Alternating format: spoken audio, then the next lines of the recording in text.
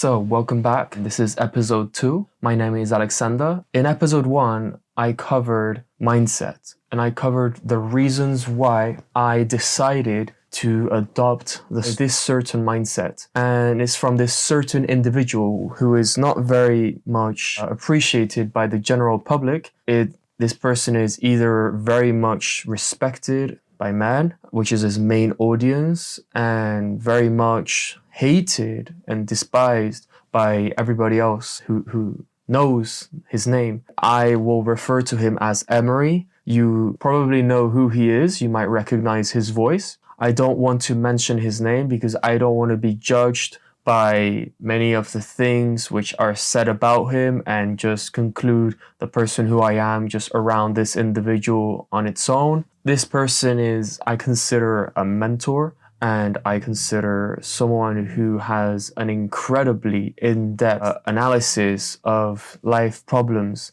He can give an amazing diagnostic of situations in life. He can give you a perspective in many of the problems you may encounter and challenges, and he gives you a new perspective on life itself and how to improve life, how to go through life, and how to reach a certain destination you would like to achieve. To talk about specifically myself, what I want to achieve in life, I want, and as I said in episode 1, I want to be successful. I want to have financial freedom. It's not materialistic, but I would like to have a nice car, not because I want a fast car or because I want to drive along luxury. I don't really care about that. It's more about the symbolic message that comes with it, saying like, look, I am free. I have literally financial freedom, and that is something I would like to live by. I would like to make my parents happy. As I said in episode 1,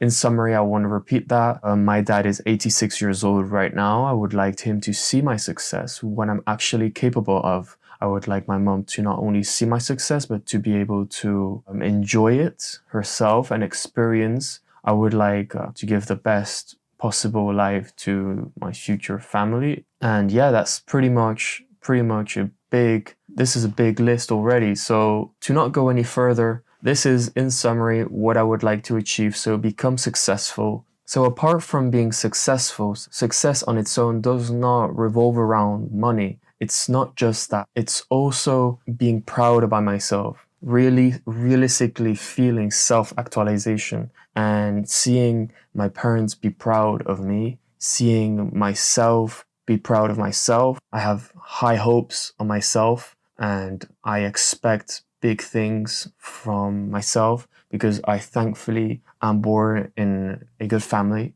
I don't want to throw it away just by having a normal life like everyone else. I do think that I have the ability and the chance to push the limits of what's average, and I can become one of the 1% individuals who have achieved success in their own definition of success. I would like my future partner to give me these 3 things that I consider that will and are essential to achieve happiness in this order of priority. I would like, first of all, is respect. Second is recognition. And third is admiration. And it's in that order. Admiration does not come without respect, and recognition doesn't come without respect, essentially. So in my situation, respect is the main driver to avoid discussions. When you respect someone, usually you have less discussions with that person or not at all. With respect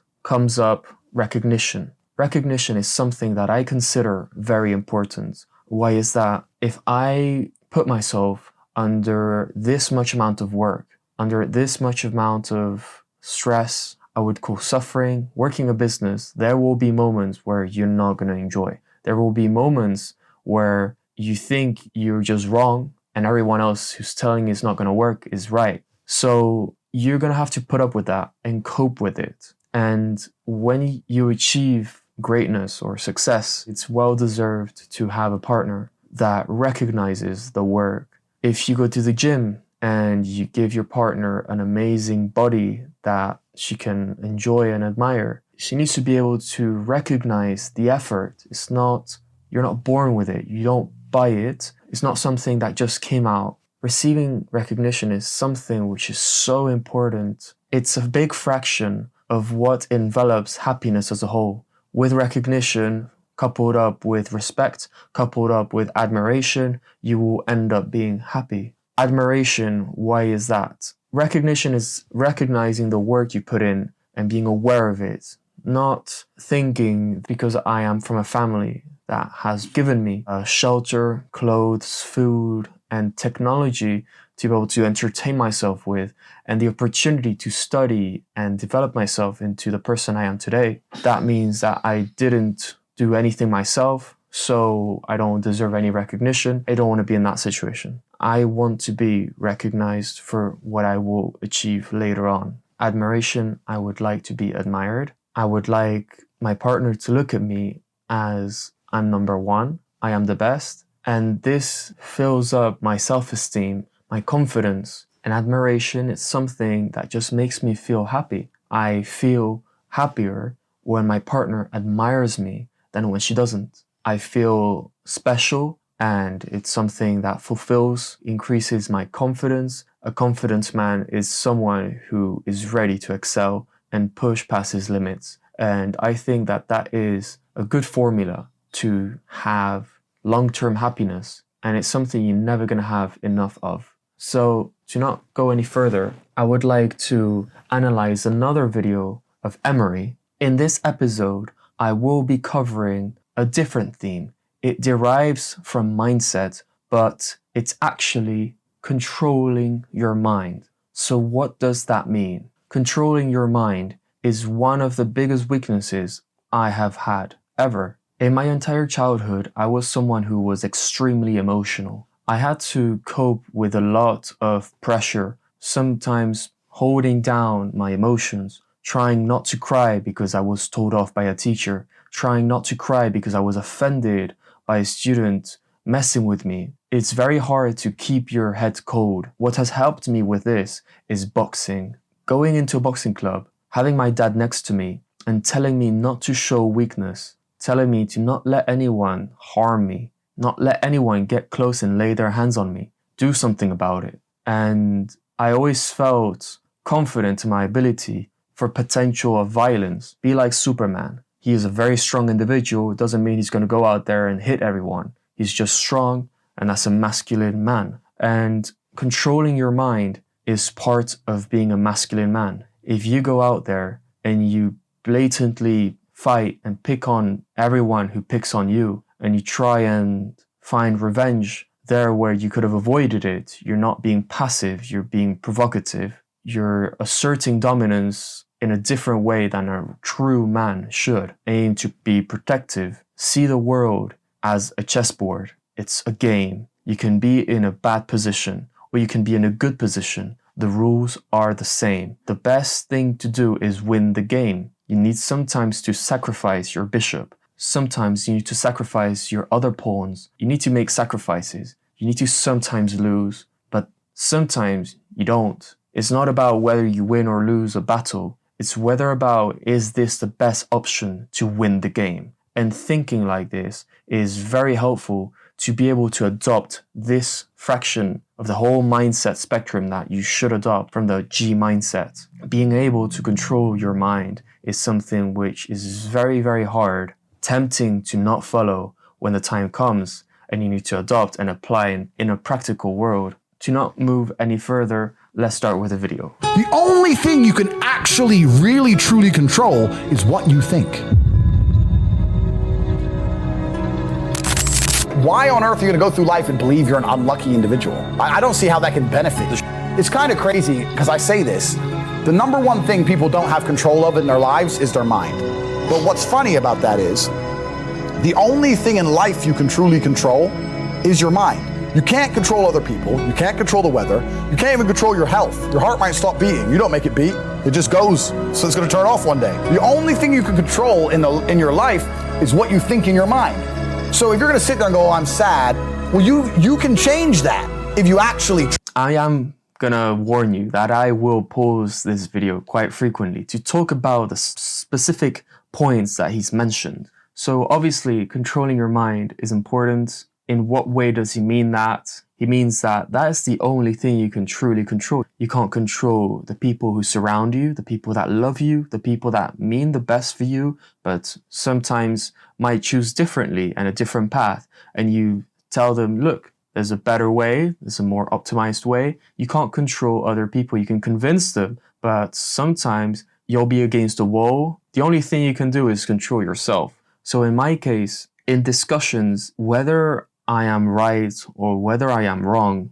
usually I tend to be right because I think very differently than other people do. I tend to put emotions on one side and let my brain clearly analyze and give a diagnostic of how the situation is. Sometimes, as I said, I used to be very emotional, trying to change that and not allow my emotions to take the best of me is very, very hard. Now he's going to explain on how can that help you in the world of sadness. When you're having a bad day and when you're starting a business, sometimes you will put yourself in doubt. Sometimes you'll have a bad day or a bad week. You'll surround yourself with the wrong people who will tell you the wrong things at the wrong time. Maybe you put your abilities in doubt. Maybe you put your ability of funding the project in doubt. Maybe you think it just might not work, the concept might not work. You will feel very bad,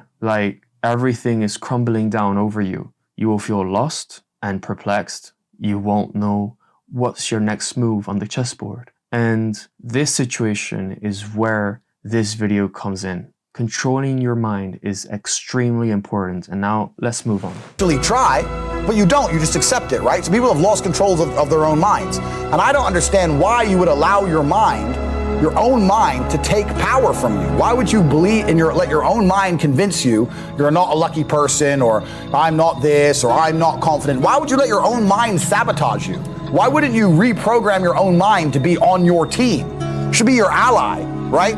My mind. So he's talking about reprogram your mind. That's one of the reasons why this person is very much hated, because this goes into the terrain of cult-like thinking, of guru talking, and you're going away from actual reality. If you listen closely, he's saying you may be sad, your ideas are going against what you truly should be doing. Your own mind is pushing you away from the task at hand, from working hard and trying your best. Your mind is a weight on your shoulders that you have to deal with and cope. And the better you can find a way to put it on one side and not let it distract you and not let it destroy what you did and what you started, the faster you will be finished with your project, the faster you will achieve, and the less risk of failure you might encounter. My mind is my ally. You can dump me in a bikini in the fucking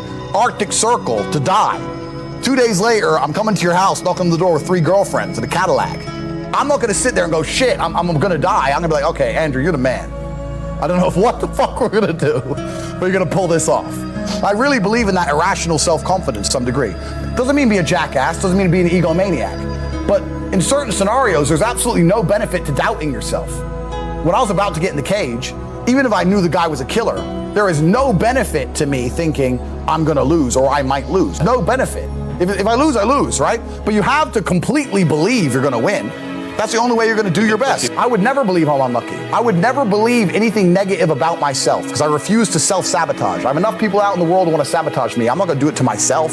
But yeah, no, I'm absolutely an extremely lucky person. And I know I've been lucky in my life. A lot of hard work went in as well, but yeah, there's a degree of luck in everything. But I'm an exceptionally lucky person. We live in a comfortable world now where people think, oh, it doesn't. Okay, I refuse to self-sabotage. I refuse to self-sabotage is a very powerful phrase. It's incredible how much that can change your perspective when you think that way. In school or at university or anywhere else I go and I go with people, I always used to see people complain, always use the T word, the tired, when really they're not tired. They're just saying that to break the ice with someone else. It's a weird way of wanting to make friendship. Just the fact that you both can relate due to both being tired. It's weird how you justify that to make friendship out of that. It's weird how people just speak in a way that's just going against them being in a position of power, in a position of strength. And I've been subject to that myself. I used to think like that. I used to say it out loud. And sooner than you know it, you say it so many times. You say these words and these phrases so many times and so often that you end up believing it and you end up acting on your words. So if your physique is in a bad state, how do you want to change that when you're just complaining about it being in a bad state? And the fact that you put your abilities in doubt, you undervalue your power to change things, the fact that you push yourself down and you surround yourself with people that push themselves down. So if you think that if you surround yourself with people that always push themselves down, they prove it and they show it, that they're being unhealthy and they're talking about it as a joke. They make fat jokes between one another, and it's funny because, they can say it and it's not offensive because they're saying it about themselves. So it's just funny and they're making banter jokes. The fact that you fit in that situation and you find that amusing is one of the reasons why you're just subconsciously allowing yourself to sabotage your own mind, your own power to make sure that you're always thinking that you can always change things for the better. If you allow yourself to think like that and surround yourself with people who pull you down, even unintentionally, you will find out that that is not the way to go. You will be in a place where you're not going to be satisfied with who you are. A lot of hard work went in as well, but yeah, there's a degree of luck in everything. But I'm an exceptionally lucky person. We live in a comfortable world now where people think, it doesn't matter. But you know what? To some degree, it does matter. It does matter, and I'll tell you who it matters to. It matters to your soul, and it matters to God. I stand in the mirror with a pure heart. I know I am the best version of me that could possibly ever exist. I know that God is proud of me. There's nothing that God hates more than sloth and laziness. If God were to create a man and that man were to sit around and do fuck all, God will frown upon you. It's why you're never lucky. If you're listening to this and you think I'm never lucky, I'll tell you why, because God dislikes you because you're lazy. Start to work. Start to show God the beauty of his own creations. You'd be amazed how lucky you'll become.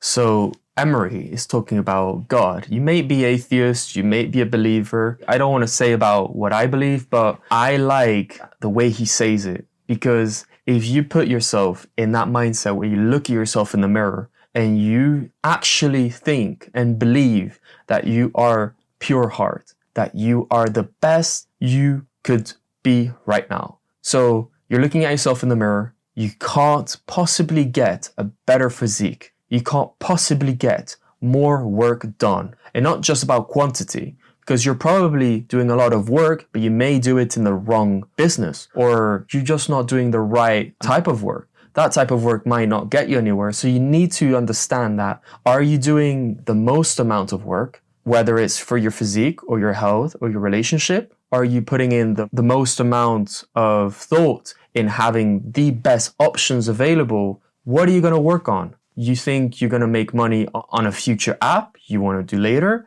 You want to open a business? Think about all the doors that will bring you and say, am I good at anything else? Do you think I could actually learn marketing if I want to open a business? Maybe I want to open a law firm. Maybe being a lawyer is not enough for that. And analyzing and putting in the thought to get better in the entire spectrum, the bubble you're in. So I'm in the marketing business. I want to open an app related to fitness with 100,000 users in it. I want to reach people through YouTube by making the best free content possible. The best free content possible. The most entertaining, the most informative, and I want to help out many people. That's all I put my mind to. And if ever I need to change things, I will do it. And I will look at myself in the mirror and say, look, my business is at the best it could possibly be. I've thought about everything. In other cases, if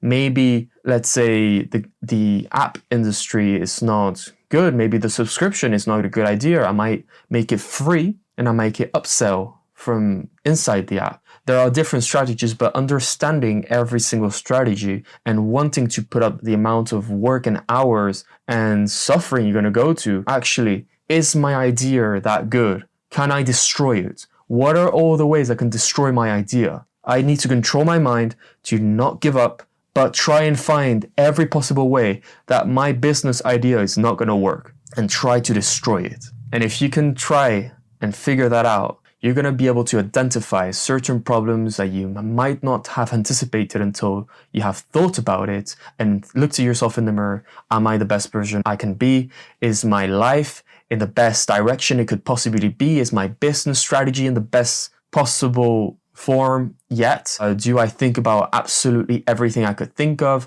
Are certain skills I'm missing? When you do that, you will put up a different amount of solutions in place, which will help you grow and reduce risk of failure. God is unhappy with these people. And inside their hearts, they're unhappy. We talk about depression, anxiety, all those things you mentioned earlier on this podcast. That comes from self-loathing.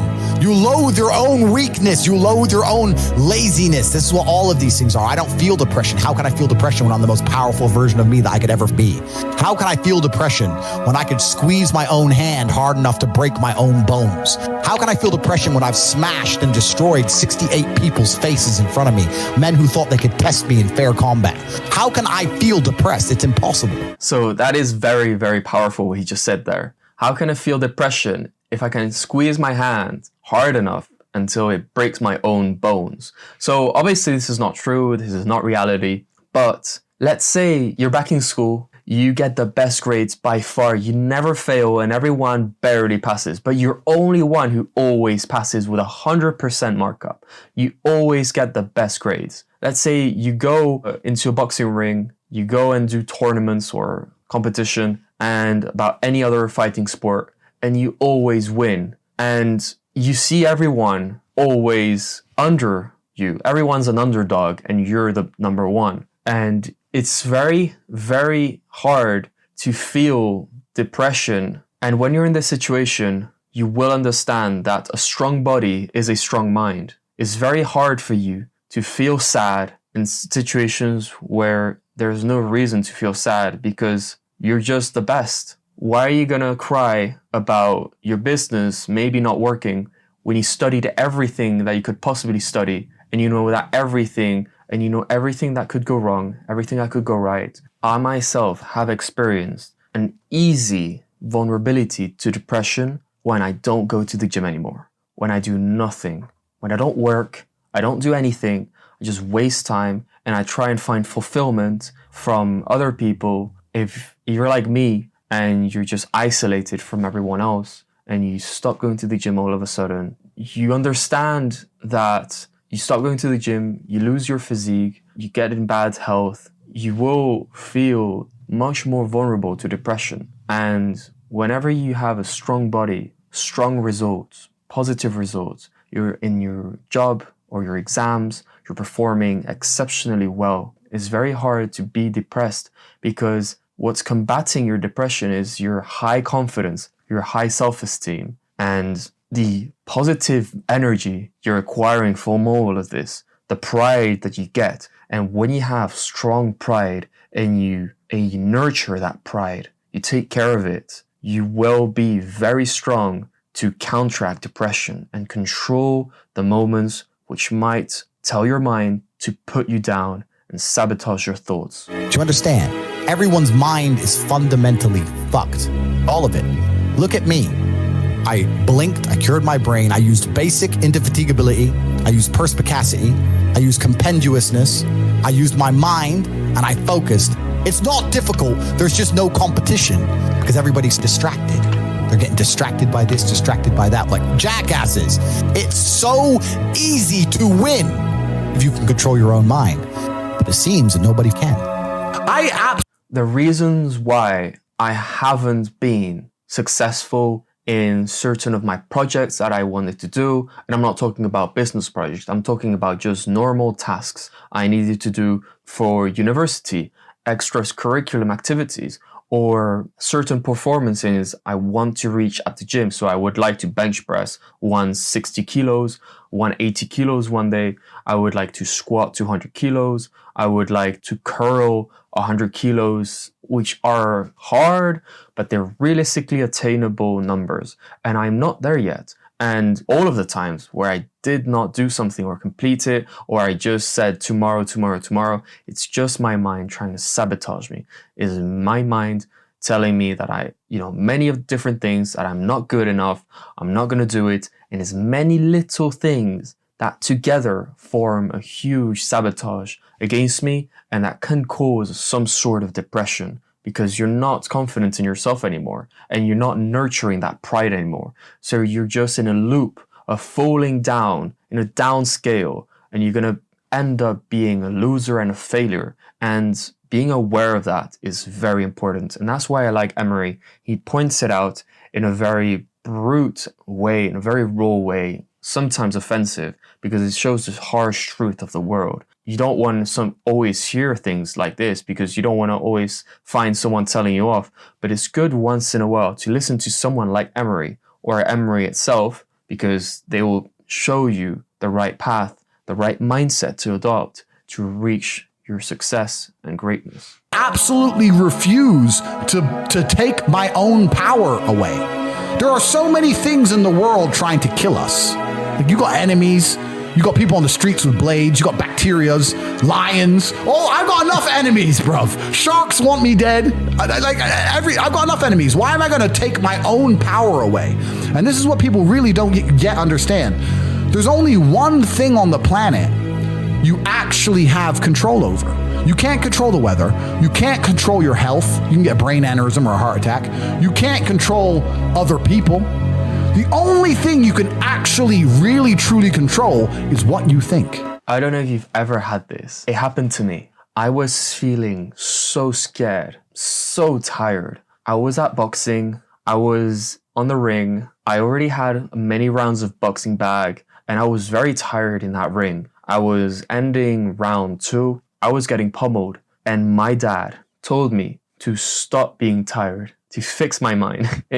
In other words, it's being very unrealistic because I'm super tired. It's just chemically tired. You're not going to change reality. If you have lactic acid in your lungs, you're not going to breathe. You just saturated in your muscles and you're not oxygenated in your body. So nothing can really change that. What is your mindset going to change? So actually, whenever he told me that, I immediately did everything. I don't know how. My body completely recovered. I breathed with all of my force, 1 minute rest, and I had a huge adrenaline boost. And we all know what adrenaline does to our bodies. Some people become superhuman once they know how to use it. And that's what he's saying. Just blink and fix your mind. If you're feeling sad, you know that one friend that can tell you that one phrase in a certain way that you like, oh, that I feel much better now. Immediately feels much better now. So you needed someone else to tell you things in a certain way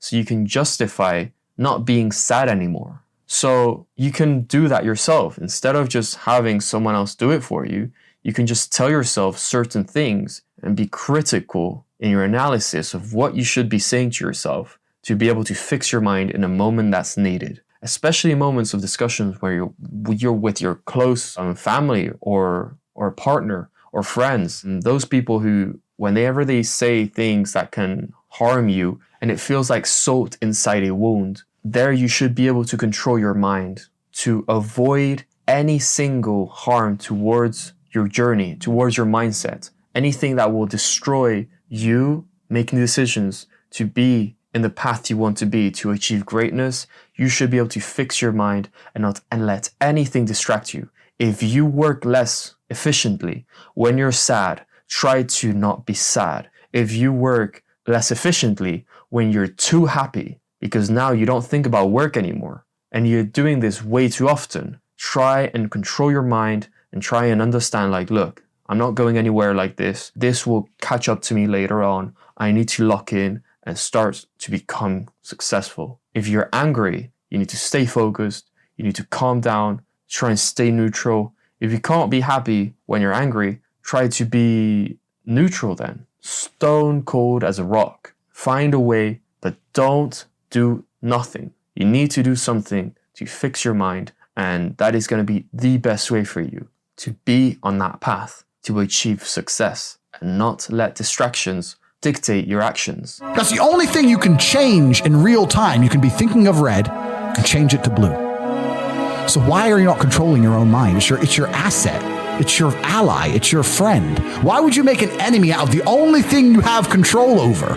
I refuse to do that. It doesn't make sense to me. The worst thing on earth that could happen to a man could happen to me. And I guarantee you, I would still label myself happy. I'm happy because that's who I am. That's how I view myself. That's what I've decided. Nearly every word that comes out of my mouth. I view myself as a man who's happy. I identify as a man who's happy. I might be in a very bad situation. There may be nothing justifying happiness, but you being able to identify yourself as someone happy and forcing your mind to trick yourself to thinking that even though it's not reality, make it reality and hypnotize yourself to thinking, look, I'm actually fine. It's not that bad. That will avoid escalation of discussions, escalation of sadness, and growth of depression inside you, which will inevitably sabotage your mind, make you inefficient for the day or the days to come, which is not something you want.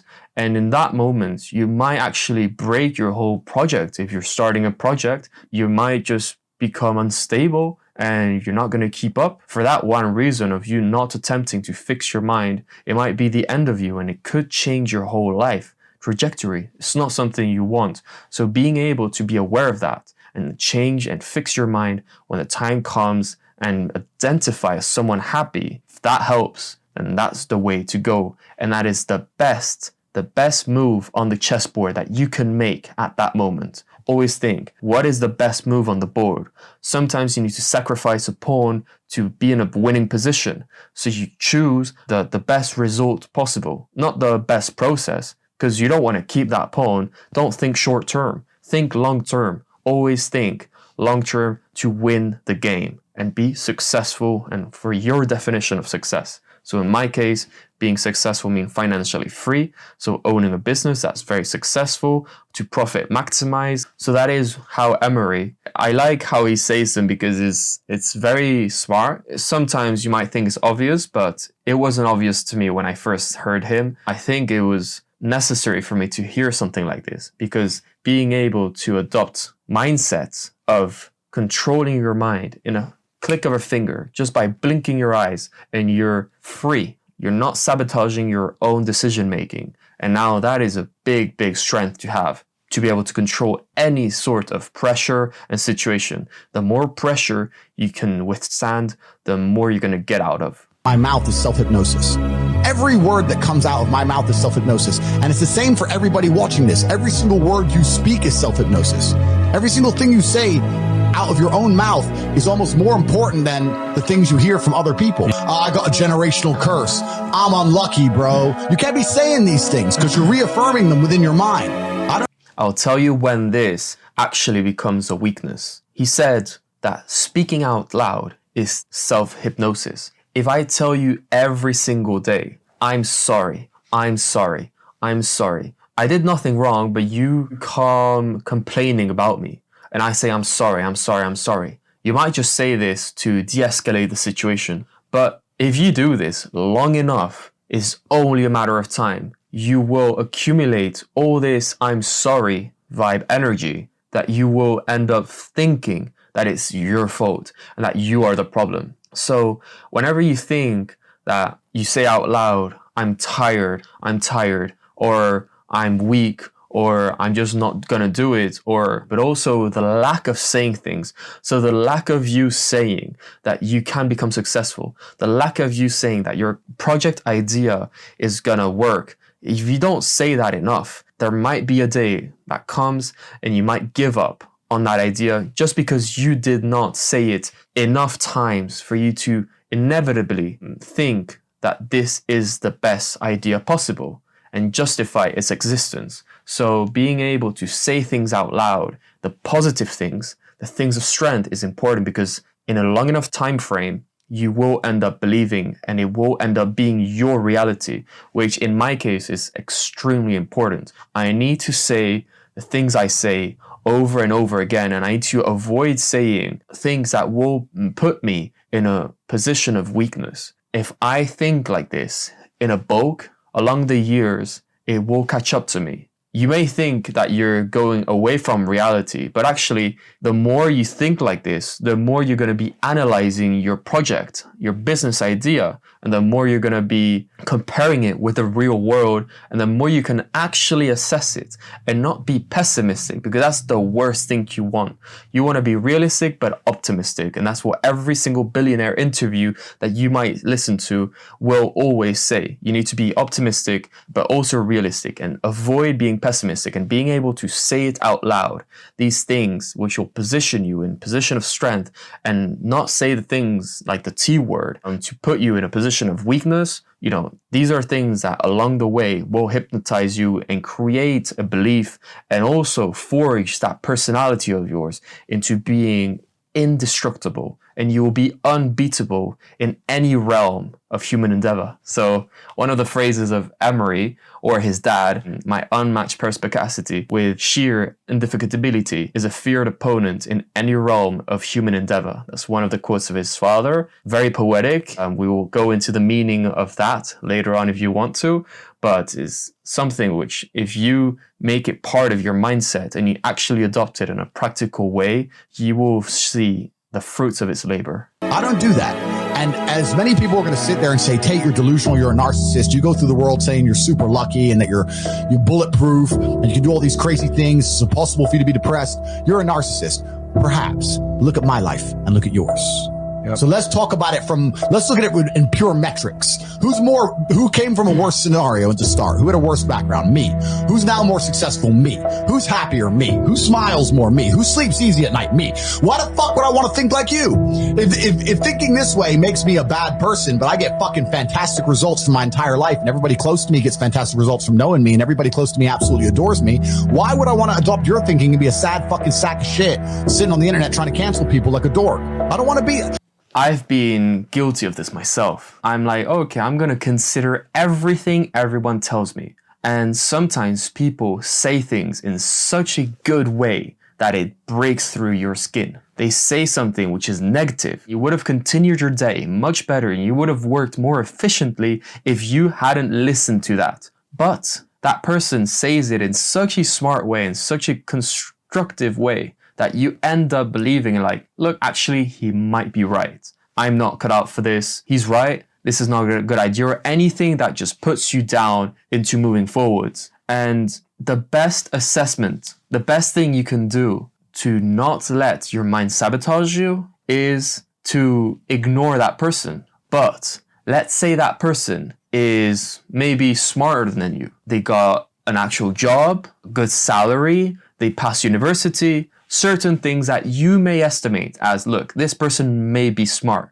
He's not stupid, he's smart. So what he says and what he analyzes and the way he says these things in a very offensive way may have some truth behind it. And I don't like it. And I feel bad that it's true. You're sabotaging your mind. If you start thinking this person is just ignorant, this person is actually stupid, this person has no intelligence in this field, that person knows nothing. So what that person's saying is completely inert. It has no reaction. It shouldn't have any effect on you. So this is an amazing thing to have, an amazing weapon to be able to identify someone as just stupid when the time comes that they will sabotage your mind. And that sabotage will prevent you from moving forward and grow and develop yourself into the best version of yourself. Because everything matters. Every single thing, single situation and experience you may have accumulates. And you should not let it accumulate into negative. It should always be positive. And whenever something is just pure negative, someone talking to you and everything they say to you has just net negative outcome, the best thing you can do is, as Emery does, is just think, look, I don't want to be like you. I don't want to have the life you have. If you're so smart, why are you living like that? Is that what you estimate as successful? Do I want to drive your car? Do I want to have the life you have? Do I want to have the lack of stress that you have? Do I want to have the job that you have? Do I want to have the exponential growth that you have? Maybe you're working as a lawyer. You can only climb so much as a lawyer. Whereas if you're a business for yourself and you're doing an amazing marketing strategy, the scalability of that business is incredible. It has no limit. It's literally the population of Earth and communication skills that you have to communicate with the whole globe. That's your cap. That's your limit, not the salary and business that you're working for. So in this situation, you should always put things in perspective and always think, do I want to be like this person? That will justify you thinking that everything they say is not going to affect you, and it's just stupid and it's ignorance, and that's it. And that's an amazing way to prevent people from sabotaging your thoughts and sabotaging your mind. I don't want to be my enemies. There's not a single enemy I have that I'm remotely envious of in any regard. Every single one of them has a shit life and a shit existence. I already won. God's already punished them. God's already rewarded me. I know these things. I'm the luckiest man on the planet. You have to say these things and you have to truly believe them. Listen to me. One of the only things in this world you can control is your state of mind. You can't control the weather. You can't control other people. You can't even control your health. You might get a brain hemorrhage, or you might get hit by a bus, or you might get assassinated. One of the very few things in the world you have genuine control over is your state of mind. You decide if you're a disciplined person. You decide if you're a happy person. You decide if you're a depressed person. These are things that in real time you can affect in your brain. This is all you can control on Earth. If you can't control that, then you're just a feather in the wind. And life's gonna blow you around, and you might land somewhere good, you might land in dog shit, nobody knows. So if you're gonna be that kind of person, then you're like you said it perfectly. If you don't control your mind, you're just a feather in the wind going into happy and sad place. How smart, how poetic, and how useful is that? So the feather in the wind quote, he's got it from Forrest Gump, the movie. At the start, you see a feather in the wind. This is a very interesting metaphor and analogy because it's true. It is true. If you don't think about controlling your mind in every part of the journey, you will end up letting your surroundings decide your actions. So if you always let haters pierce through your skin and live rent-free inside your mind, you will end up quitting and eventually becoming just like them, a failure, because that's the way for them to feel better. If they don't like you because of your successes, they want to either have ideal ego, so they will get better themselves to be able to be better than you and be able to look down upon you and make you feel bad that way, or have superficial ego, which is staying down there and just bringing you with them. And that is what you need to avoid. That is sabotaging your mind. And the other one is becoming a rival, which that is positive. And that's positive competition. You have no will, then you're just at the whims of the earth. Who knows? Your state of mind is what you should be able to control. If you can't wake up and say, today I'm making some money, and actually try your very, very best, and actually stay dedicated to that task. If you can't do that, you're fucked. How I feel doesn't cross my mind. I don't know how else to explain it. There are days where I'm pissed off or sad or happy. It doesn't cross my mind. It's just like I woke up, whatever mood I happen to be in, I have things I need to do. It's a busy day. Zuby's here soon. I need to go training before he gets here. I had a meeting with the bank at 7:15 a.m. I have shit to do. Like I didn't cross my mind if I was happy, sad, excited. I just had to work. I don't wake up and go, I'm So this is so hard for me to adopt. If you are happy or you're angry or you're sad, the amount of workload you're supposed to output, it should be the same. The day you are scared in a ring against a boxer and the day you are confident against a boxer, your performance should be equally as good. And it's not the case. When you have no confidence in yourself, you tend to underperform. And it's something that has affected me a lot. Whenever I am sad, whenever I tend to have a discussion and it ends up bad and it escalates, affects my work tremendously. It affects my mind, it gets into me. I can't adopt a thinking of, look, they're just ignorant, they're just stupid, because I can't do that. There are people close to me. I can't start thinking like that. That only works with people outside of the circle. So it is very hard for me to manage people inside my circle, and especially the only people I isolate myself with. and communicate with. So this is one of the hardest things to adopt, realistically. Fixing your mind in a flick of a finger and performing and working to the best of your ability, regardless of external factors. And I don't want to be externalist. Being an externalist is when you go to the beach, it's cloudy and it's not sunny. The fact that it's cloudy, you're sad. The fact that it's sunny, you're sad. And the fact that you're with your partner walking on the beach, you don't care. No, that's being an externalist. You need to think, look, the fact that I'm with my partner at the beach, regardless whether it's sunny or sad, you should be happy. And put things in perspective. And this will allow you to not sabotage your mind, not sabotage the other person's mind, and together be a strong force to move forward and develop and grow. I'm worried if I might feel sad today. Who cares? Who cares? I can be happy or sad on the same day. Nobody notices and the same things get done. The exact same amount of work gets done. Nothing changes. I'm certainly not a person who I can be happy and sad in some days and nobody notices. So sometimes you're sad, you need to let it out. But if you let it out, other people are going to involve themselves in because they care about you or they want to push you. They saw weakness and they want to take advantage of it and they want to push through that. They want to use it as a button and click on that and use that sadness to amplify it. And the best shield you can use is to not show it, to not show that weakness in a moment where it's necessary. If you feel that you're surrounded by the right person who is not going to take advantage of that weakness, feel free. But you might not want to take the bet. And the best way is to not allow them see through that and don't show it. And that is an incredible shield because it allows you to then not get distracted, not allow someone else to get involved and potentially amplify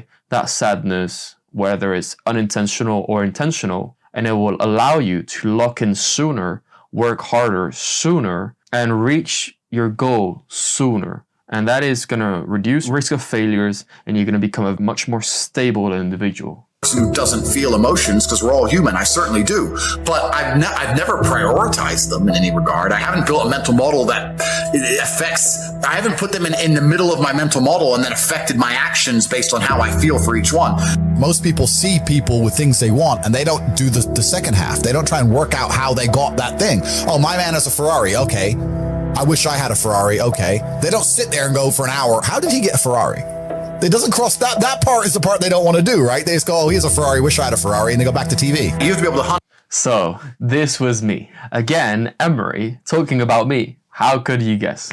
So saying that you looked at a Ferrari and it never crossed my mind. Oh, I could get that. Never crossed my mind. How did he get that? And I was in school. I remember being in school. I was like, that person did something different. Instinctively, I knew that he did not follow the system. He didn't go and finish school, finish university, finish a master's degree, become an employee in a business, whether it's in medicine or economics or business management. And I was like, look, that person is earning way too much money to be affording. You know, you see someone with a yacht, 30 million euro yacht in Monaco. You think that person could pass, like if he's a businessman, he's not going to pass that business management exam, A-level grade exam, if you make him do it today. But that individual owns a 30 million euro yacht and he probably doesn't even know where it is because he's got so much money. And that's just one that symbolizes his freedom, financial freedom. So it's very important for me to look at the world and understand, like, look, this person has a Ferrari and it's not rented. It has another car and it has a collection of 5 supercars. And that person knows something that I'm not aware of. How did that person make money? Look at the world around you, figure out, look, why that person has so much money. How did that business work? Is it a good business? How easy is it to make? What are the skills needed to make that business? And if you walk around the world thinking like that, you might easily figure out what is the way to make money for you, the fastest way and the most efficient way. And whether you need to do a side business to fund that original business, that's going to take like what? 5-10 years. That's nothing if you're 20. So starting out young is very important, and thinking like this is very important. Don't just look at someone with a Ferrari and you're like, good for him, go home, watch Netflix, where's my pillow? That's not useful. That's what I used to do, and I changed. That's helped me out a lot to view the world. Yes, that's going to put more pressure on me. I'm going to inevitably compare myself and my situation to these people, to these folks. And some people are even my age and they're very rich. You're like, actually, that's admirable. I'm not going to hate. I'm not going to feel jealous. I'm going to feel jealous in a positive way. Like, I would like it to be me, but it's not me because I didn't put the amount of work that they put in. I didn't go through the pressure that they went through. So obviously I don't deserve it. And the world is very giving. And you need to understand that, look, if I look at the world in a very critical way and I analyze everything, like, why is that person have that car? Are you going to treat them differently just because they have money? I'm not saying that. I'm just saying, just analyze them. Are they where I want to be myself? And if, how do I get there? And maybe you want to approach them in a different way as you would someone who's not in the situation and is only going to speak out in a way that's going to sabotage your mind and pull you down to their level. And that's not something you want. The hunt in the day and the night. You have to be able to do both. You have to be able to perform when you're happy and sad. You can't only be able to perform when you're happy. You can't only go to the gym when you're motivated. You can't only be a competent person when your life's going well, because when your life's not going well, you're no longer competent. Then you're going to lose to people like me. And it's player versus player. If you're the kind of person who can only do well when you're happy and you're competing against someone like me who can do well all the fucking time, guess what? You lose. Lazy people never get anywhere in life, doesn't matter what it is. Doesn't matter if it's tennis or money. If you're lazy, you're never going to get there. Your life sucks. So this is one of the things that I felt so offended by. When I first met Emery and I started listening to his videos, I was extremely lazy. Extremely lazy. I went to the gym because that's something sacred to me. My dad put me in there from a young age, so that's something part of me. It's like a religion to me. Like, you need to be healthy, you need to be strong, you need to be capable of violence, you need to be able to protect your family. You need to be aesthetic, look good, and give a good first impression. But in school, didn't study, and I was extremely lazy. I had bad grades maybe because of my laziness. I was just following the system blindly. I just wanted to go home, play video games. I didn't think about, anything. That is weakness. That is loser type thinking. That is a type of programming. You follow your instincts as a human being and you just want short-term dopamine. You just want to have fun. And thinking like that in the long run is going to catch up to you, and that will cause depression. You will be depressed by following this mindset.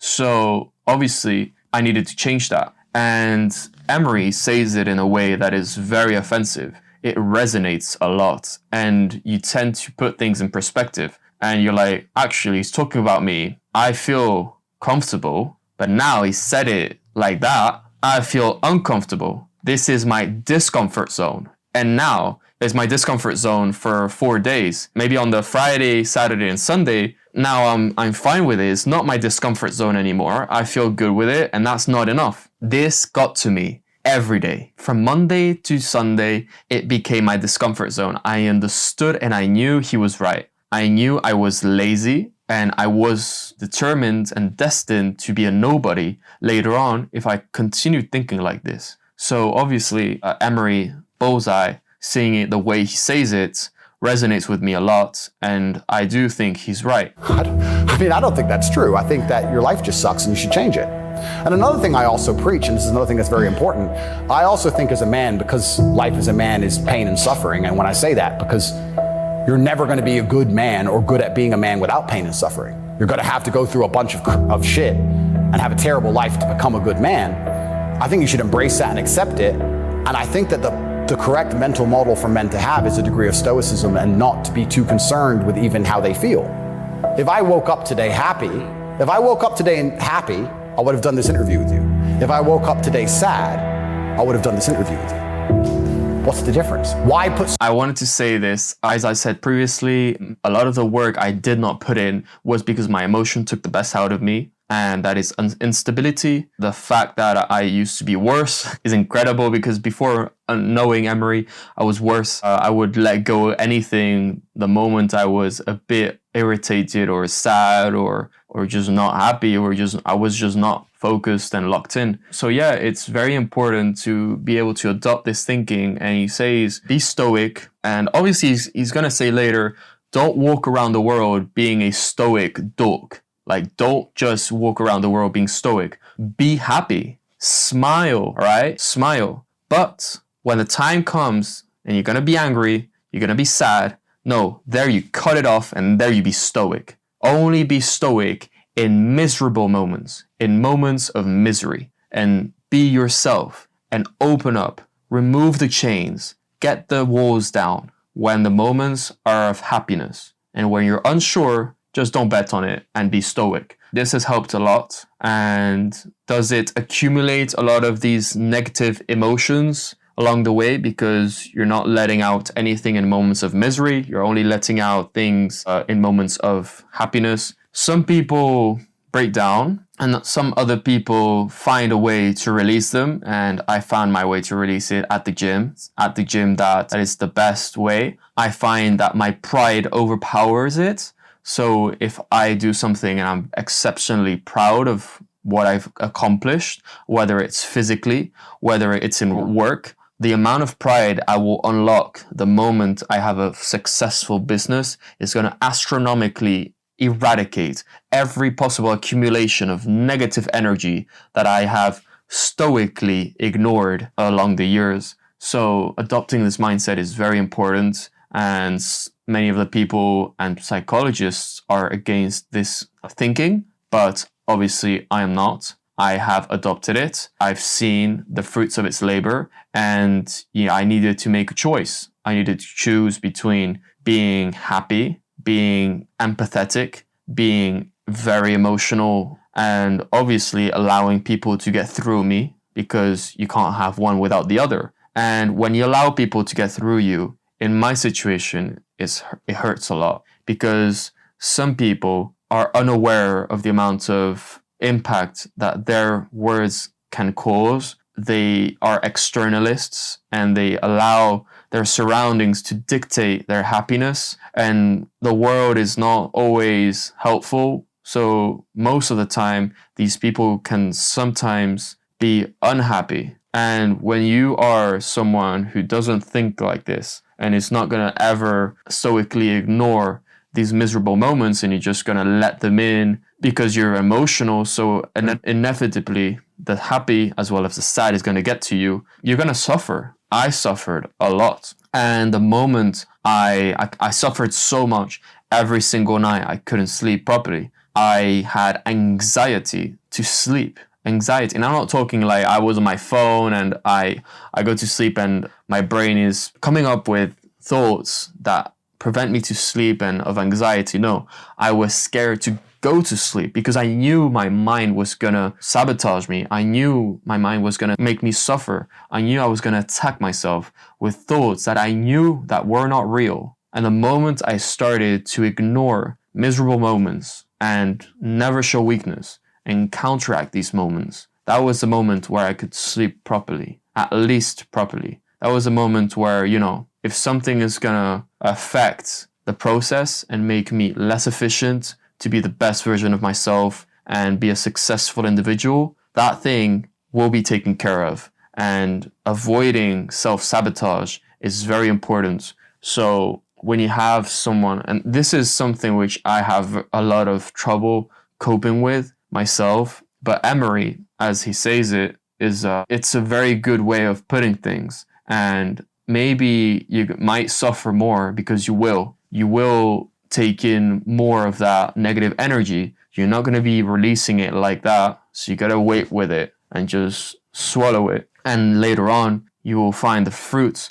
of the labors of not letting these things sabotage your mind, because you're like, look, I've made it and now I can try and find a way to release it without harming anyone, even though that is extremely hard to do because the misery comes from other people and you don't let external environments affect your happiness. Usually things that get through you are things that are said from other human beings. And in my case, these human beings that affect me, are people close to me, because people who are outside my bubble cannot affect me. They don't have the power to affect me. Only people close to me can affect me. So that's the only vulnerability I have. But doesn't matter. Something that I need to get through and cope with. And as Emery says it, be stoic around the miserable moments, but still be happy and yourself around the happy moments. Put so much importance on my emotion if certain things must be done. I must work, I must train. I've got things to do. So why are we going to sit around and talk about how I feel if it doesn't even affect how I act? And as a man, it shouldn't, because there's too much to do. And the masculine world is hyper competitive. This is another thing most people don't understand. Totally agree. It's hyper competitive out here. All the women want a few men at the top. The Ferrari, you don't want a Ferrari to drive fast. You want a Ferrari because other men want a Ferrari and can't have one. It's hyper competitive. So if you're competing against every other man for every dollar you make, every girl you see, the house you live in, the car you drive, the life you live, you're not going to be able to compete with the person who performs regardless of how they feel if you only compete when you feel like competing. You're never going to compete against the person who does the work regardless of how they feel. And that is so powerful. You're never going to beat that person. You're never going to beat that person. That person is not even going to see you because they're going to be miles ahead of you.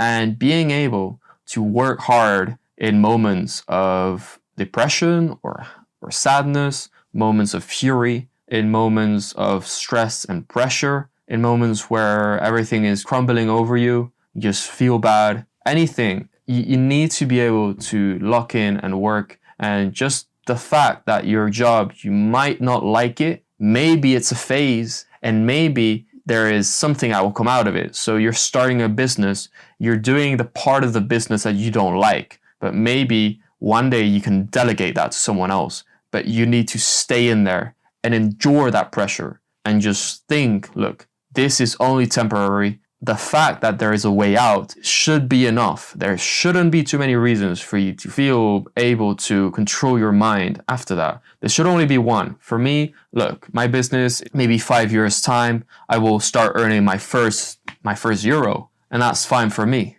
I am fine with that. I am fine with putting the amount of many years of work I'm putting in to the YouTube business, the marketing work I'm producing. I'm in terms with it that it can possibly fail. I know it won't fail because it's impossible it fails, but I am fine and I come to terms with it failing because I know there's things that will come out from it. That's inevitable. So being able to always push through and be able to compete with the best, endure pressure, is the best way to achieve greatness and reduce risk of failure. Because if you don't give up, nothing can stop you. And if you're smart, don't let your self-reflection destroy your thoughts and sabotage your mind. Stay realistic and optimistic.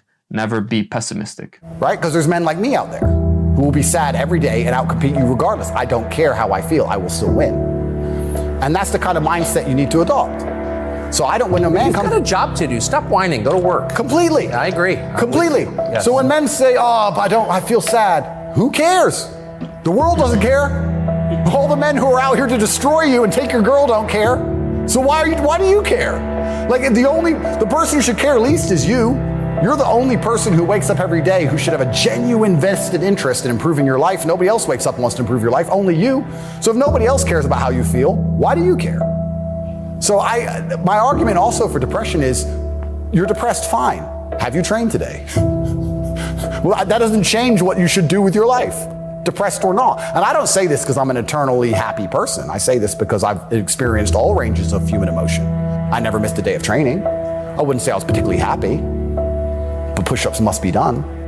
I don't even look at it as goals, because goals are something that you put on the wall to motivate yourself, right? So if you want to buy a car, you put the car on the wall and it motivates you to go to work to get the car.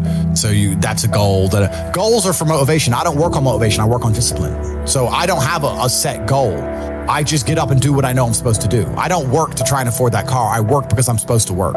And then I can already afford that car and another one and another one and a boat and a plane and a house and another house and a land. And then I just work. I do my work. That is my duty as a man, is my duty to God. I train in the gym. It is my duty to God.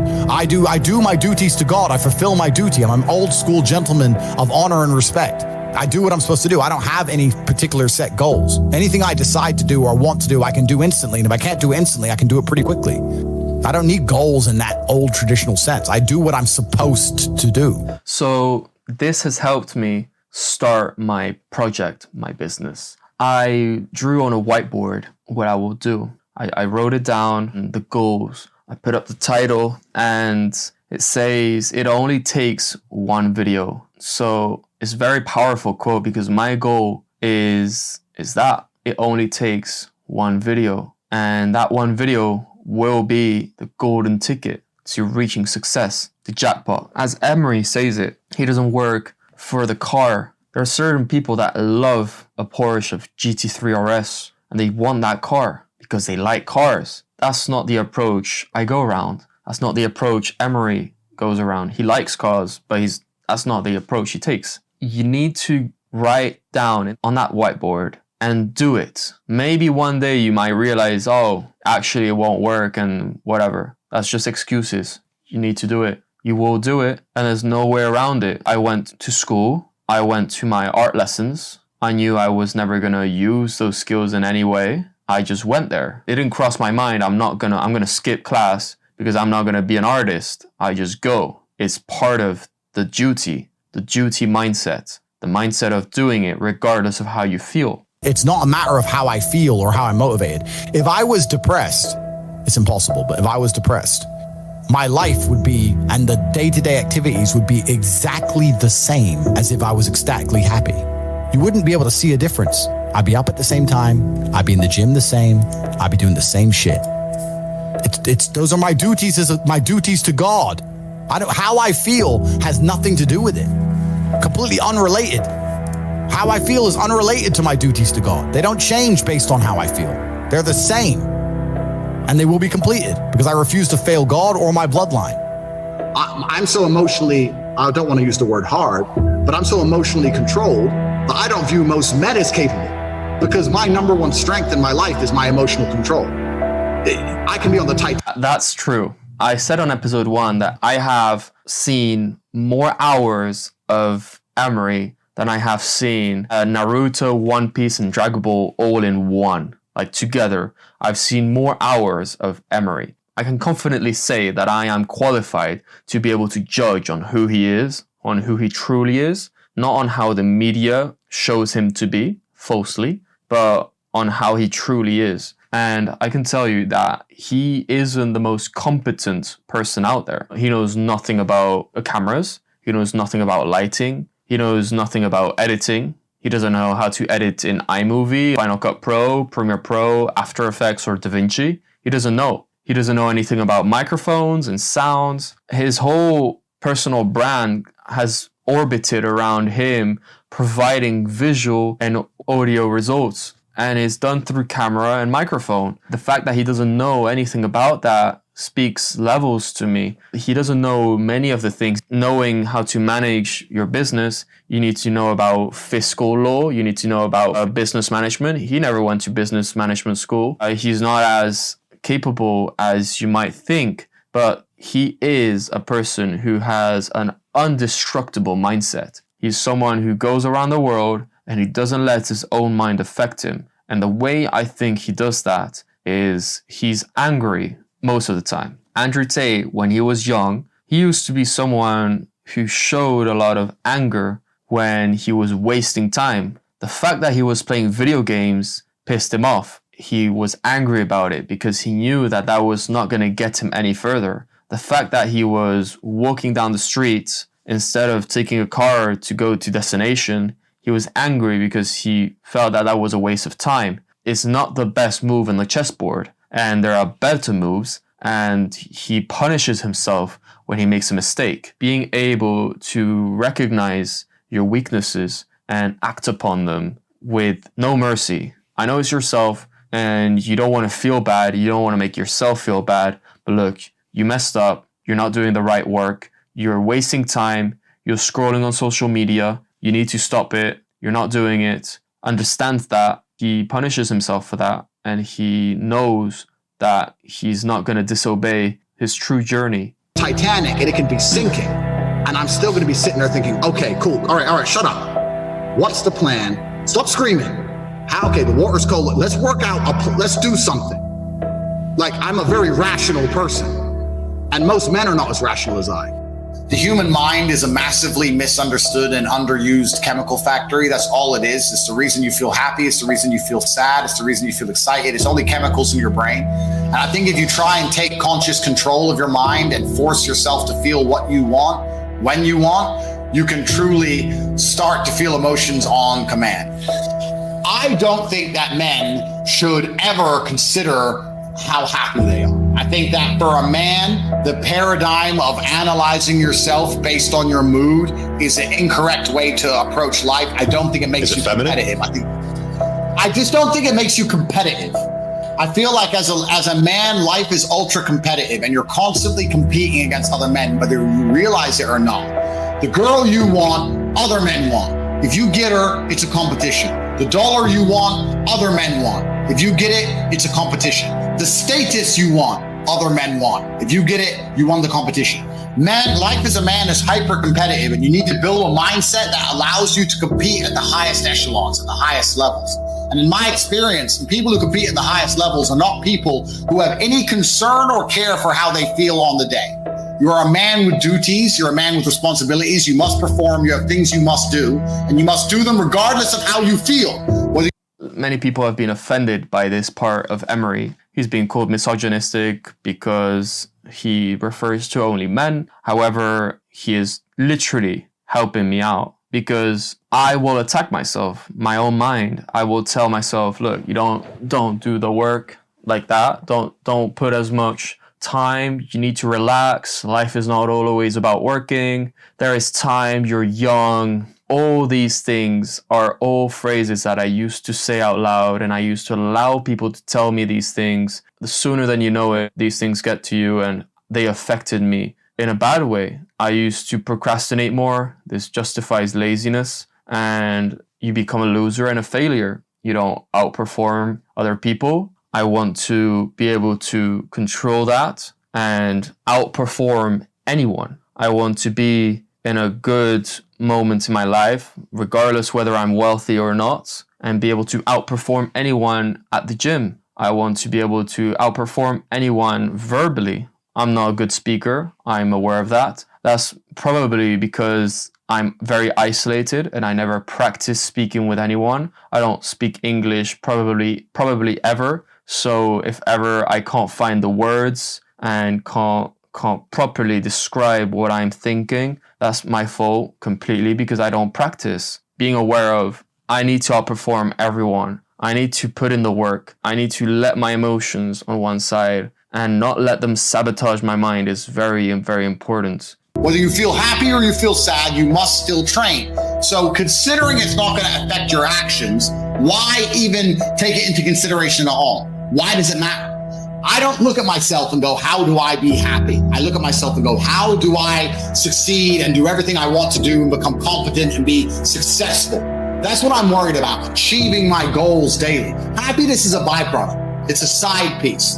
But if you're going to wake up and go, I want to be happy, well, yeah, to a degree, it's feminine. It's also very childish because only women and children are so obsessed with happiness. But it doesn't make you competitive because if you're concerned with being happy, that means you're only going to perform when you feel like it. That means you can't outcompete the men who perform every day regardless. And that's why, as a man, you need to be building a mindset that makes you as competitive as possible. And I think that considering happiness as a concept, as an idea in and of itself is a bad idea. I think it's insane. So it doesn't even cross my mind if I'm happy. It doesn't even cross my mind. I don't want to think about having fun. Something I've removed from my mindset. I don't think like that. I don't want that. All I want is to avoid misery, avoid discussions, avoid arguments which can get heated, avoid bad emotions. If it's about me, if I'm going to go myself, think about going to town and go to a coffee shop myself and go and try and talk to friends about nothing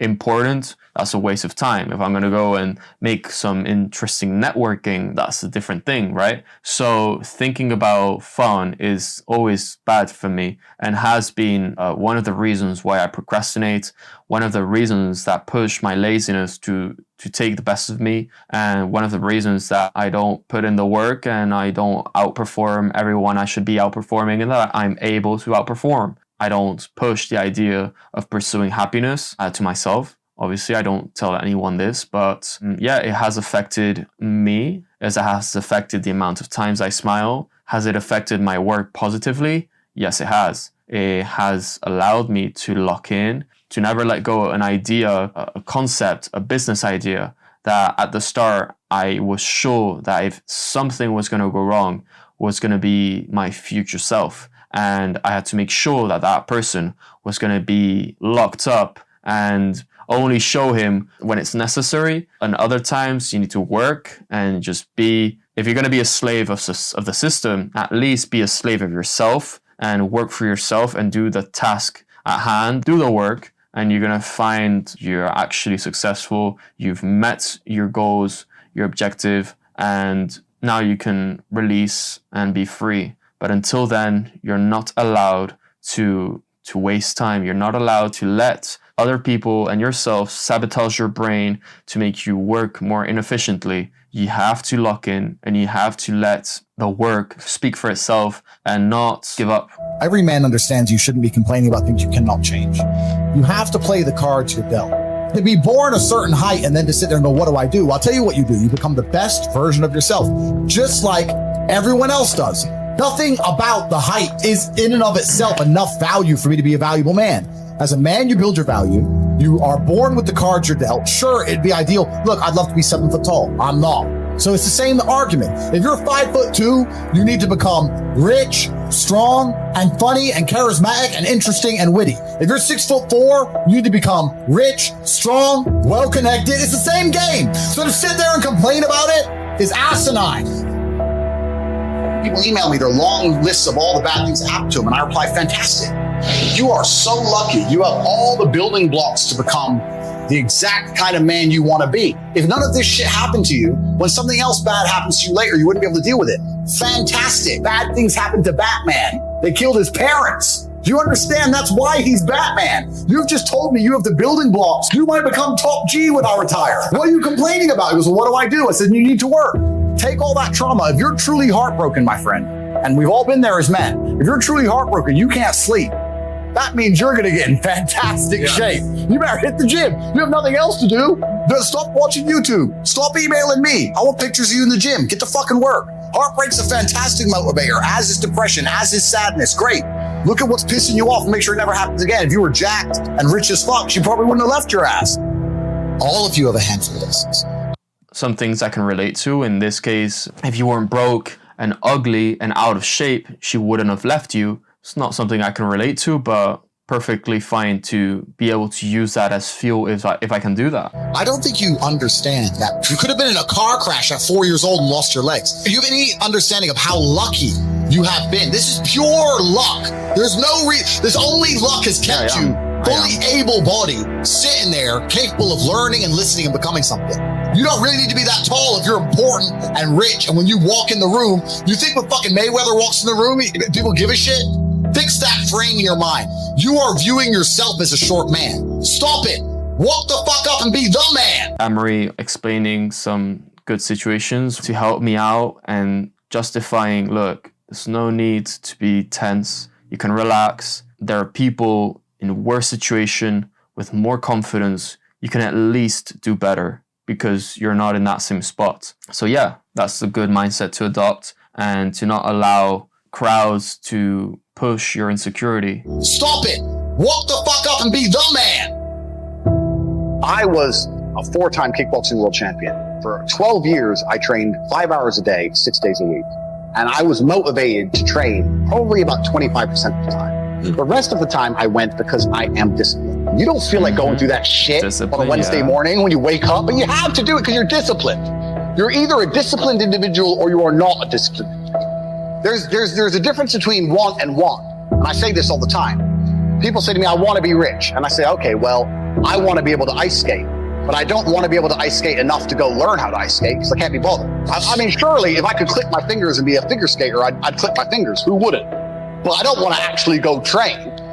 So that's very interesting. I want to be able to ice skate, but I don't want to be able to ice skate enough to go and train to be able to ice skate. That was me before. I wanted to be successful, but I didn't want to be successful enough to go out there, analyze the world, do some primary market research, figure out a way to be successful. I was just, look, I'm just going to follow the system blindly and allow them to control my destiny, let them guide me towards success and greatness, which is completely unrealistic and unapplicable to the real world. It's something which is brainwashed. I was brainwashed. I thought like that. I thought that that was the way. Working in the office and probably having my pension when I'm 75 years old or whatever, even 60 years old is very, very late still. And I don't want that. I do think I need to walk around the world thinking I'm the man, as Emery says it. Like Mr. Beast, when he started YouTube at 13,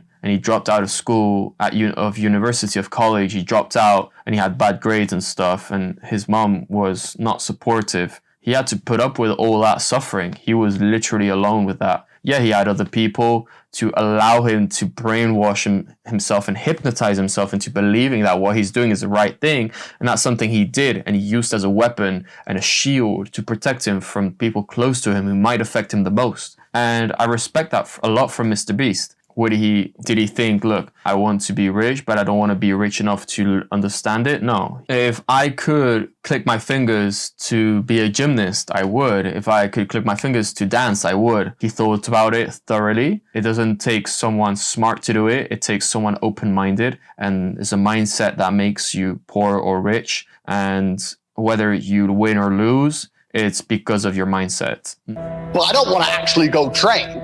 Because I don't want it enough. And this is the exact point with money. Everyone wants money put on their lap. If you truly wanted money, you wouldn't be able to sleep until you fucking had it. And this is the point. Because when I had nothing, I couldn't be distracted. You couldn't distract me from what I wanted. That's who I am. If I want something, I'm going to get it. I do not need to be motivated. I'm a disciplined person. I allocate.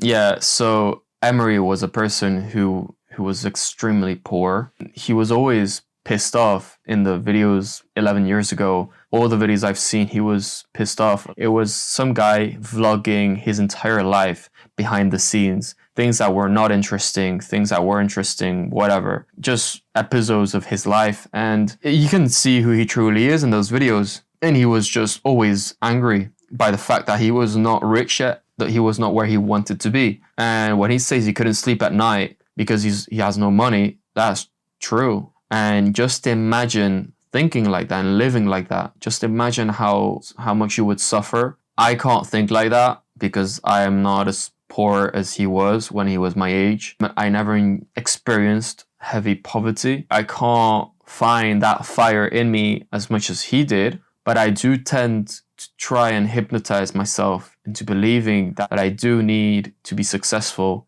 And I put myself a list, some boundaries in place. You need to feel uncomfortable. You need to feel out of your comfort zone because you're not rich yet. It needs to bother me. And the fact that it doesn't bother me enough is a problem. I'm too comfortable. That is incentivizing me to be lazy and procrastinate where I shouldn't be doing it. And I know what I'm capable of when I have my back against the wall. I'm able to do anything in that case. But in my situation, I'm very much relaxed and I shouldn't be. And Emery obviously understands that, and he explains how I should be acting and the fact that I shouldn't be able to sleep at night because I'm not there yet is something very useful to apply. Allocate X amount of time to work. I'm going to do it. But that is the bottom line answer. It's discipline. You're going to have to work when you don't feel like working. That's how it's going to have to be, or you're never going to be eating. The idea that men don't feel emotions is incorrect. We feel emotions. I would actually argue we feel emotions with certain emotions stronger than women. I would argue that we feel heartbreak stronger than women. I would argue we feel anger like a woman could never understand. I would argue we are extremely emotional. Rage, pure rage. But it's feedback. So when you get the feedback, it's all about how you internalize it and how you process it, right? It's having stoicism's not feeling emotions. It's feeling the emotion and going, okay, why is this happening? How much does this really matter? What's the most intelligent move on the chessboard? I think this is the most important sentence in the entire video. Being stoic is not ignoring the emotions, is reflection. You know, you need to reflect on the situation at hand. There's a task, there is a challenge you're put up against, and you need to analyze it. Being stoic means you should always think life as what's the best move on the chessboard. And emotions should only be used as a tool, as a weapon. If you are happy, use your happiness to motivate yourself and discipline yourself even more to work harder and provide for your family. If you are angry, try and use it as an engine to work harder because you're not satisfied. You're angry because of this argument, and this argument wouldn't be happening if you were a successful man. So probably you should hurry up and be successful sooner. If you're sad, unless if it's a loss of a family member, which God forbid, I hope it doesn't happen to anyone. If you're sad about something which is insignificant, I think you should try and replace it with something else. Keep your mind somewhere else, lock in, and keep working. You should absolutely talk to yourself about it out loud or in your head and justify why it's insignificant, and you should neglect it, and you shouldn't be even crying about it or sad about it at all, because that's not you and that's not going to help you in any way, and you shouldn't be sabotaging your mind and your efficiency. Chess is a fantastic game because in the game of chess, there's no luck. If you lose, no matter how well you played, if you lose, at some point you made a mistake. Even if it is the most minor mistake, you made a mistake. So you learn to understand that no matter what happens to you, if you lose a scenario, you made a mistake. Maybe it's a tiny one, maybe it was 2 years ago, whatever, but you made a mistake, and you learn absolute and utter accountability for yourself. And that mentality is extremely powerful to apply to all things in life. So emotions are feedback, but stoicism is the ability to process it. And that's what you need to learn as a man. You're never going to be able. Emotions are feedback. Stoicism is the ability to process them. And that is a very powerful way of thinking. And now I just wanted to repeat that phrase. You're going to be able to turn them off. You're going to feel them. You have to learn how to process them and turn them into a positive. It's energy. It's unlimited energy. Don't turn them off. Use them as energy, right? So if you're going to the gym and you have no motivation, I sometimes try to use that anger and push myself even further. Maybe I'm disappointed on myself because I didn't work as hard. So I'm going to work harder for my sets. I'm going to push more, create more intensity. And if at work, if I'm doing some tasks, some important tasks, and sometimes boring or repetitive, I need to tell myself, I'm not going to distract myself on YouTube. I'm not going to distract myself with other stupid things which are going to be useless. And it's important to use that emotion as guilt sometimes. So look, I feel sad and guilty of myself having betrayed me. I wanted to do this, but I'm not doing it because I am distracting myself with short-term entertainment and short-term dopamine. So I shouldn't be doing this. So what should I do? I feel sad, I feel guilty, and now the fact that I feel guilty, I'm going to relate wasting time with feeling guilty, which is an unpleasant emotion. So next time I'm going to actually work. Right now I'm going to actually work because of this emotion. And stoicism is the ability to process them. And emotions are, as he said, stoicism is the ability to process it. And that's what you need to learn as a man. You're never going to be able to turn them off. You're going to feel them. You have to learn how to process them and turn them into a positive. It's energy. It's unlimited energy. I say this all the time. I say that the biggest periods of transformation in my life is when everything was going wrong. When my life was going good, I'm not a hedonistic person. I don't do drugs. I don't gamble. I don't do prostitutes. I don't do anything that hedonistic. But I'll certainly go on the yacht with a bunch of women I know and chill and have some vodka. When life's smooth, pretty relaxed. But when I make my biggest progress, when I really change who I am and change the world, that's when everything's fucked. When things go wrong, or I'm feeling things I don't want to feel, or bad things are happening, that's when I'm like, okay, I currently cannot sleep. I've completed the day's tasks. I've tried to go to bed. I can't sleep.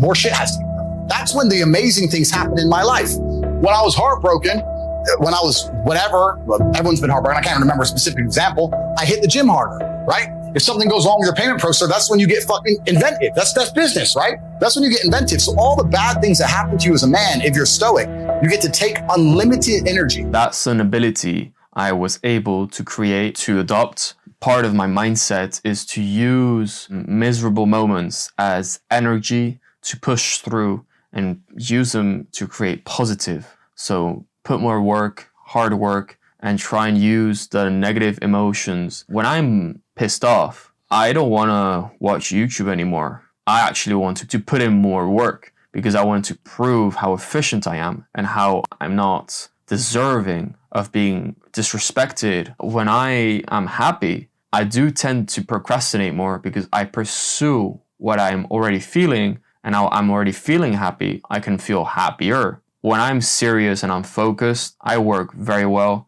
Emery explains how to use that as a weapon and as unlimited motivation, which unlimited motivation is always and will always be defined as discipline. And that is a very powerful way of seeing things. Heartbreak is unlimited energy. So is depression. So is rage. So is sadness. All these negative emotions they tell you to collapse behind.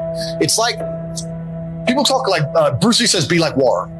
And people see that as be fluid and just go with the flow. I disagree. If you're like water, you're necessary for life. You are scary when you're enraged. You're powerful. You're beautiful when you're calm. You're so many things when you're like water, right? So if I'm enraged, it's like water behind a dam. You just got to put the dam in place, and you got to get the turbo, the hydroelectrics put in. Don't tsunami your life. Put the energy somewhere. That's a mental trick. You have to rewire your brain. That's one of the things you have to rewire your brain to do. And the reason your brain needs to be rewired is because anyone who is watching this stream below the age of 30, your brain is already broken. And I'll tell you it's broken. I'll tell you why. Watch your friends when they're on TikTok. How long can they even focus on a video before they have to change? Half a second, a second. Damn. All of your minds are broken. You can't even focus on anything anymore. Right. You are constantly distracted to the point where you can't even appreciate the good things in your life. You're distracted. Your minds are broken. You need to rewire your mind. I'll tell you how. First thing you have to do is identify it. You have to identify what is happening to you. I use my mind to break the trap. What I do is I allow my enemy to manipulate me on purpose. And then I use my mind to break the trap and punish the perpetrators. I will sit on TikTok for a day and I'll just enjoy TikTok. And by the end of the day, I'll watch myself. How quickly I'm looking to be entertained, how little time I give a video, how fucked up I am. And then I'll blink and I'll cure my brain.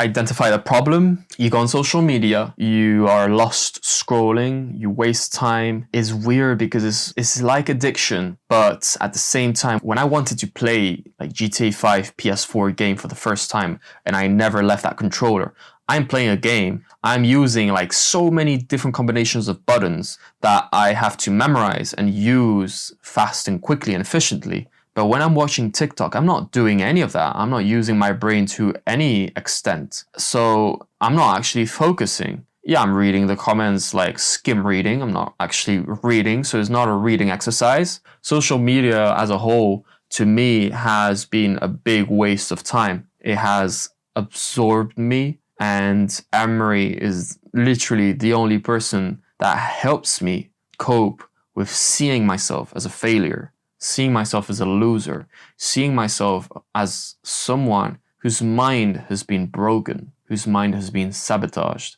and being able to identify that, to act upon it, meaning, look, I'm going to close my phone, I'm going to put a timer on that app, and I'm going to use it for only this amount of time per day. You're a feather in the wind. You are not controlling your mind. You're just sabotaging it. It's not okay, and you shouldn't be in terms with that. You should be uncomfortable with the fact that you are that inefficient, the fact that you are that unstable. And Emery understands that very well. because he has also lost time on social media himself at least a few times in his life. So he understands the effect of that. He understands how to resolve the issue. And he says the way he resolves it to me, the same way I need to resolve my issue, is by looking myself in the mirror and understanding, look, this is what you are, a failure and a loser. And now you don't like seeing yourself like that. So you're not going to watch social media. You're scared of it. You're scared of social media because you know what it's capable of doing. And that helps a lot to stay away from it. Emery is good, helping me adopt that mindset to be a better version. You must allow yourself to be manipulated and you must fix it. All of it. You just talked about not appreciating the things you have. Then blink and cure your brain. It's a conscious decision. You're letting other people control your mind. Letting them distraction. You have to break the trap. If you cannot control your own mind, let me make this point because it's extremely important. If you cannot control your own mind, then you are just a feather in the wind of life. Because your own mind is the only thing you can control. You can't control the weather. You can't control other people. You can't even control whether your heart stops beating. You might have a heart attack tomorrow. You can't control anything besides what you think. If you cannot control your own mind, then you go through life with zero control, zero influence. You can't control anything. You're just a feather in the wind, waiting for life to blow you from happy place to sad place to happy place to sad place, completely hoping on the gods to be fortunate to you, because if any genuine discomfort comes your way, you're fucked. He already explained the feather in the wind metaphor. Now he just re-explained it slightly differently. So this is an interview with, I think, Aiden Ross. The moment you meet actual discomfort, you're effed. So you have no control on your destiny, and you might be a successful entrepreneur, but the fact that you're a feather in the wind, you might not. And yeah, so there's nothing I can add to that. It's just not okay. And being aware of that is very important. It is trained. Like everything else in life, it is trained. So if you find yourself not appreciating what you have until it's gone, then you must blink and cure your brain. If you find yourself unable to focus or concentrate on tasks, you must blink and cure your brain. If you find yourself unable to go and dedicate yourself to something you don't want to do, you must blink and cure your brain. If you can blink and cure your brain, you're going to be the best version of yourself so fast. If you think you need many, many years, half a decade, become competent in something which is linked to medical or law or anything that requires 5 years or more of study, if you actually thought that's how much time you need to become good or how many years of experience you have, that's not important. Realistically, if you put up as much work as Elon Musk did, if you put up as much work as Mark Zuckerberg at the very start, or I don't know, Rockefeller when he was at his start, died as one of the wealthiest in history, those people did not waste time. They didn't waste time. Because all of our minds have been under constant assault for years. The way the mind functions, the way people interact has changed so significantly in the last 10 years you wouldn't believe. If you go to a party today as opposed to a party 10 years ago, they look completely different. People are acting differently. People are on their phones now than ever used to be. Even now, people will go to places only to get an Instagram picture, even if they don't enjoy the place. It's all about pretending they're having fun as opposed to actually having fun. The entire paradigm of society and how we interact has now changed. I can't imagine truly wanting to quit something and not being able to quit. I have been guilty of that myself. I want to quit something, but I can't. I'm sitting down on my computer watching YouTube. I don't have water around me. I need to drink water. I don't get up and get the water. I know I need it. I'm not going to do it. That's quitter mindset. That's a loser mindset. You become a failure in life. If you choose that mindset, that's just water, I know. But if you use that same protocol across the board for everything you do, or you just allow it for stupid things, you might allow it for more important things, and can't let the risk exist. If you need to do something, the fact that you're one with your mind, you're not two, you're together, you're merged. You want to do something, your body asks for something, you do it. You know you need to work hard, your subconscious, your dreams are speaking out loud. You need to put in the work to meet those dreams. You need to work as one. And that is very important. Emery explains that very well. Very smart individual indeed. And yeah, couldn't say it better myself. Like I could quit cigars today. Like it wouldn't even plague my mind. Like if I wanted to quit, I'd quit.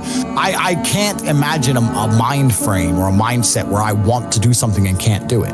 So it's almost difficult for me to answer that question, because if you have that kind of mind, if your mind is so fundamentally broken that you cannot do with your own mind what you want to do, you know, like that, then you're just fucked, right? Life is hierarchical. There's always going to be kings and there's always going to be peasants.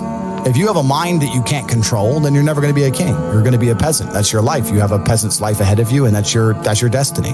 Enjoy, right? There's always been peasants. That's life. But I believe that the most important thing you can do as a man is to gain control of your mind. Once you have control of your mind, life is so ridiculously easy. It's so ridiculously easy. It's so easy to be in. People say to me, Tate, you're in good shape. All you do is drink vodka and travel the world. You're never even home. You never even have a gym. How do you do it? It's ridiculously easy if you control your mind. If I decide to do 1,000 push-ups, I'll do them. Maybe I have to do them one at a time. Maybe I'll get tired. Maybe I need a break. I'm going to do 1,000 because I said I'm going to do 1,000. It's not hard. Everyone knows what they're supposed to do. Once you control your mind, it's easy, right? You either control your mind or you don't. And this, all of these things stem from the same problem. It's something you can do. It's something that is learned. It's something that is taught. But it's something that I needed to survive. So for me, it's easy, right? It's all I've ever known.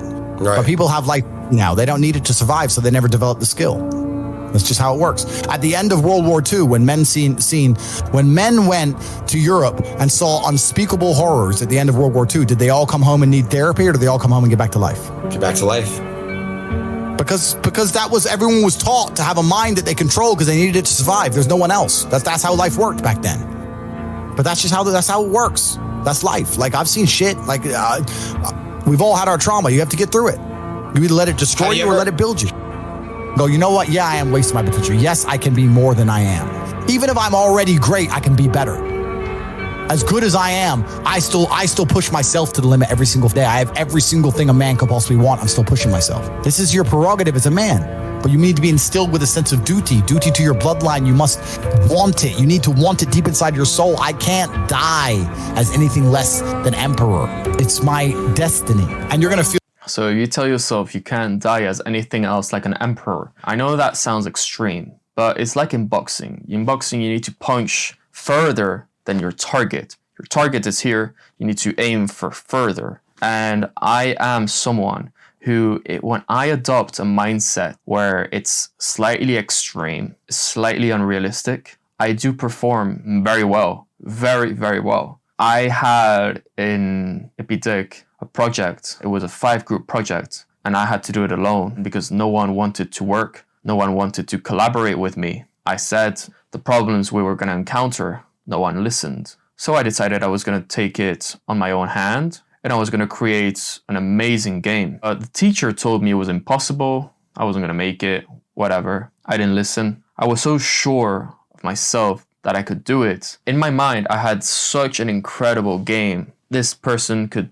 transform into animals to save his village, which was conquered by samurais, something like that. And I had to put projectiles. There was advanced maths in it. There was a lot of code in it. Like I think it was 50,000 lines for one file, one code file. And then he had other code file. That was like my main file. And then there were other files which has other tens of thousands of line of codes. I believed very extremely, and I did achieve something which I was never going to achieve if I thought realistically. Or pessimistically, never even have tried to push myself. Emery is and will always be right when he says things about controlling your mind, walking around the world like you are the man, and it has helped me out a lot. You're going to feel so much better for doing it. Not even just physically, but mentally, knowing that you pushed yourself to do things you don't want to do. There's nothing that feels better than the feeling you have after you did something you don't want to do.